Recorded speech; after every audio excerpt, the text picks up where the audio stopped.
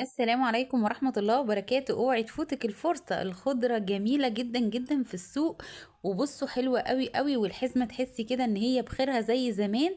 تعالي كده نخزن الخضرة مع بعض كده، رمضان ان شاء الله بإذن الله هتسهل عليكي في الوقت والمجهود طبعا، علشان خاطر الصلاة وقراية القرآن. سمي الله وصلي على الحبيب المصطفى وتعالي معايا يلا نشوف هنعمل. اللهم صلي وسلم وبارك عليك يا حبيبي يا رسول الله. شايفين شوية الخضرة الحلوين دول؟ 3 بقدونس، 3 شبت، 3 كزبرة، وكل دول كده ب15 جنيه. طبعا من قيمة فترة كبيرة جدا كانت الخضرة غالية جدا، وكنت بتاخدي عودين من كل حاجة بال15 جنيه، يعني عودين شبت، عودين بقدونس، عودين كزبرة. وشايفين زي ما هي كده، بسم الله ما شاء الله. طبعا دي خضرة فلاحين. طبعا بصوا مرعرعة ولونها حلو قوي قوي قوي. بحب خضرة الفلاحين جدا، ربنا بقى يخلي لي يعني اللي جابت لي الخضرة دي. اختي وحبيبتي وصاحبتي ام احمد هي اللي بتجيب لي بصراحه الحاجه لما عاوز يعني اكون مزنوقه قوي قوي، هي اللي بصراحه بتتصرف. يا رب يديمها عليا ويديمني عليها يا رب، اللهم امين. تعالوا بقى نشوف كده مع بعض عشان ما نطولش على بعض، هنغسل الخضره ازاي وهنشيلها ازاي ومن السنه للسنه ازاي. مبدئيا عشان ما اطولش عليكي، صينيه فيها ميه هننزل فيها بحوالي ربع كوبايه من الخل، وهنبتدي ناخد الخضره بتاعتنا. انا هقسمهم لاني طبعا مش هعمل كله محشي، لا هخلي يبقى فيه مثلا شبت لوحده، بقدونس لوحده، كزبره لوحدها. وبننزل الخضره بتاعتنا في الميه بالخل دي، وبنسيبها من حوالي ربع ساعه لنص ساعه. ما بيحصلهاش اي حاجه، ليه؟ لاني طبعا بتنزل تراب وبتنزل اي حاجه فيها خالص نهائيا. فانا هبتدي احط طبعا حزمه بقدونس، حزمه شبت، حزمه كزبره، وهزود الميه عليهم. بس انا هنا بس بوريكي كده بس ايه اللي احنا بنعمله وايه اللي بيحصل معانا بالطريقه دي.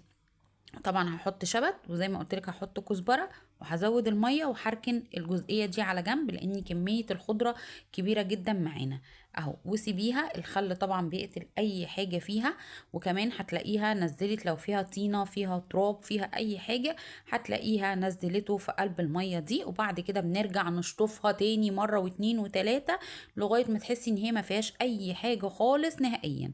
طبعا كده هروح بقى احط عليها ميه، ونبتدي بقى بعد كده ايه، ننشف كويس بقى كده على فوطة، على قطعة قماش قطن، على اي حاجة عندك بس تكون قطن علشان خاطر تشرب المية.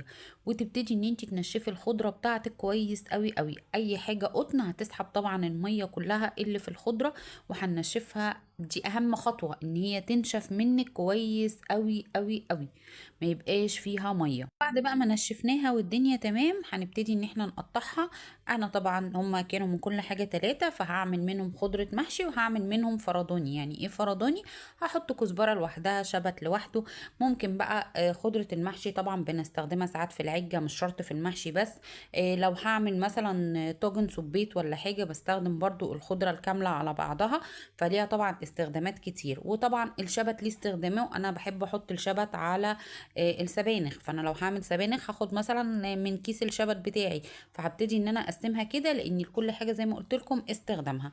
هتقطعيها كده اهو زي ما انت شايفه صغيره، بتبقى حلوه جدا بصي وسهله قوي. هنا بقى من اهم الخطوات انك تطلعي الهواء نهائيا من الكيس، ودي من اهم الخطوات اللي بتحفظ لك الخضره، سواء بقى كان بقدونس، سواء مثلا ملوخيه، سبانخ، اي حاجه من اللي هي من انواع الخضره عامه، او اي خضار عامه بقى انت بتحفظيه بقى، قلقاس، بسله، كل الكلام دوت لازم تطلعي منه الهواء كويس جدا جدا. زي ما انتوا شايفين كده بنطلع الهواء، بنربط الاكياس بتاعتنا. وانا هنا بقى كده خلاص بعد ما قسمتهم على اكياس، بحب اكتب على كل حاجه ده خضره محشي، ده بقدونس، ده كزبره، علشان خاطر ما تلخبطش. زي ما انتوا شايفين كده بتبقى كده الحاجه باينه قدامك، احسن ما بتكتبيش عليها بتبقي مش عارفه ده ايه، بتضطري تفتحي الكيس وترجعي تقفليه تاني، وده كده مش حلو.